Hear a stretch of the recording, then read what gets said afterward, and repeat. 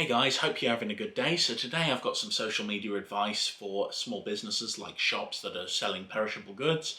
Now, basically when you've got a good and it's coming in, you want to think about your most popular goods, the ones which sell the fastest. So for example, you've got this, delicious, icy cold A&W cream soda. So let's say your shop is selling a lot of cream soda, and they should be if anybody's trying the cream soda, because the cream soda is actually blooming lovely. But anyway, what you want to do is you want to take a picture of the cans on the shelf saying we've got the new stock in, and you want to keep a couple of the other cans at the side, so say your A&W root beers, something like your Mountain Dews, or if you've got a product that's a little bit more unusual, you want to put it next to the product that you're trying to sell. So for example, like a Mirinda strawberry. I don't have a can of that because I don't really like it very much, but it's an interesting and nice drink. So what you want to do is you want to keep a couple of things either side so that they can see. This is why landscape is so good for advertising. But you want to put those products out there because you want the product to ship, and you want it to ship out fast. You're going to have a lot more of that product in anyway, so you might as well get it out there as soon as you possibly can. And this way, you're going to be able to include a couple of other products that people can see in the image. They're going to become more familiar with the products. Let's say Mountain Dew Voltage, or delicious Shark Bite. You know, something like that. That could be quite good. But if you don't deal with those kind of drinks, you can always do it with things like pot noodles. Beef and tomato is quite popular. But you can have a couple of the other flavours around them. Maybe chip in one of the other shelves so you've got something underneath it, like like Mama Noodles or something like that. Put them next to it, and that way you're going to get people coming in who like these other products as well. So even though your spotlight is focused on a specific product, you're going to be able to ship it quicker. Something like MSG is pretty good. Some people use it quite a lot in the cooking. I use it whenever I want to impress the ladies and pretend that I can actually cook well. But you know, these are products that are a little bit more specialist.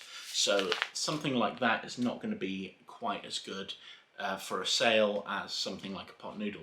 Although there will be quite a few people that will come in for a product like this, and thinking restaurant owners, things like that, people who want to basically get people addicted to the umami. Delicious. But this is something that doesn't work for products like these face cloths. Now, you can probably tell this is one of my favourite colours. But even though face cloths are great, and these do sell well, the thing is, people are not coming in every single week to buy a face cloth. If you run like a sandwich shop or something like that, you're going to go... you've basically got... your goods that you've got to ship out fast anyway. So say, we've got these beautiful BLTs in, we've got these beautiful sandwiches, we've created this, and people who like these products will come to you and they will get the product. So you're able to shift these products out, and when they come to the store, they're going to see that there are other products on display and other products available. I especially like the red Leicester with red onion. Very, very nice. And that's something which is pretty good because you've got a good profit that you can make on that. Although not that many people like it, sadly. However, when you think about the products that you're selling, you've got to keep a good eye on your inventory. You've got to know what you're trying to shift. And when it comes to products that are moving quickly, you want to focus on saying... well, we've got these products in when you get them in, because it's really, really important to get that stuff out there to customers. Because the closer you get to a deal where people are coming in, they see the product, they buy the product, they move out of the store, they know that when you put a post up, you're going to have that item in stock for them, and they're going to come because these products are going to move. And that's a major advantage that you've got as a store owner. So thinking about if you're starting up as a newer business, you're going to want to focus on something which is a little bit more common, like the pot noodles. Let's say you're selling washing up liquid, fairy washing up liquid, something like that.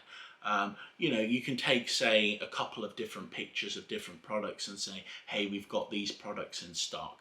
just basic pictures of things that are usually going to be in the store, because you haven't yet built up that kind of audience yet where they're going to come in specifically for certain products. And when you're starting up, you're not going to know what's going to sell the most. So for example, let's say you've been in business 3 weeks, you've noticed, let's say that your vapes are selling very, very quickly.